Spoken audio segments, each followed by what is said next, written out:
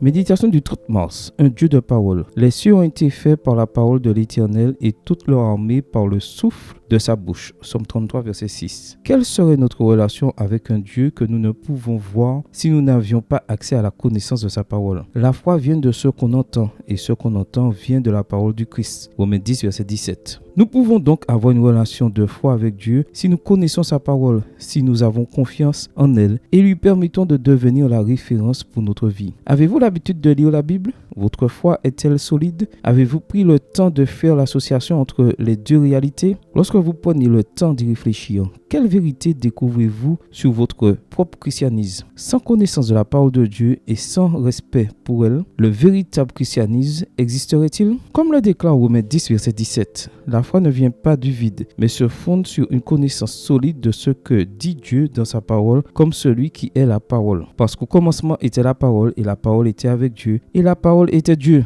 Jean 1, verset 1. Connaître la parole écrite et celui qui est la parole est vital pour avoir une vie chrétienne réelle. Le portrait de Dieu présenté dans le passage biblique d'aujourd'hui nous aide à comprendre la clé pour une véritable relation de foi avec lui. Même si nous tendons à faire le lien entre le fait d'être chrétien et celui de faire partie d'une église, de garder un jour de repos ou de déclarer appartenir à une dénomination, le christianisme se fonde en réalité sur la connaissance d'une personne qui est la parole et de croire son message qui est la parole révélée, écrite pour notre adoration quotidienne. Cette description de Dieu et de la puissance de sa parole devrait nous encourager à vivre cette journée avec espérance et assurance. L'espérance de croire que si la parole de Dieu a créé tout ce qui existe à partir de rien, elle peut aussi créer, de ma condition de pécheur, une nouvelle créature spirituelle en Christ à partir de rien. L'assurance que, comme jamais, rien de tout ce qui est écrit dans la parole de Dieu n'a manqué ou cessé de s'accomplir jusqu'à aujourd'hui, je peux la choisir comme mon encre et mon guide,